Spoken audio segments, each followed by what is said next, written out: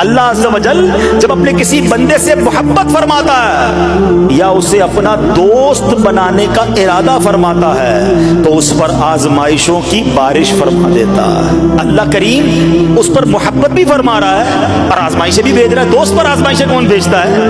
دوست کو تو راحتیں ڈالی جاتی ہیں۔ ہائے ہائے، اب یہی تو امتحان ہے، یہی تو چیک ہے۔ سنو، نبی پاک فرماتے ہیں جب اللہ اس پر آزمائش بھیجتا ہے نا، وہ بندہ اپنے رب کو پکارتا ہے، اے میرے رب عز و جل۔ تو اللہ فرماتا ہے میرے بندے تو جو کچھ مجھ سے مانگے گا میں تجھے عطا فرماؤں گا۔ میرے نبی نے فرمایا جعلت قرۃ عینی فی الصلاۃ، میری آنکھوں کی ٹھنڈک نماز ہے۔ جنت میں اگر کسی چیز کی کمی محسوس ہوگی تو نماز کی کمی محسوس ہوگی، لیکن یہ بس یہی ہے یہ نعمت۔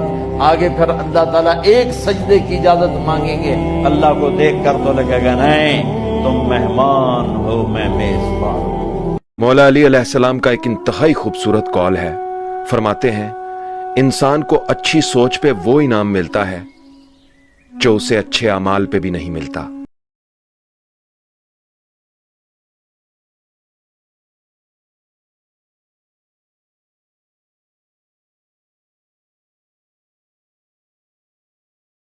اگر تم رضا الہی کو اپنا شعار بناؤ گے تو اللہ کبھی اپنی رحمت سے محروم نہیں کرے گا۔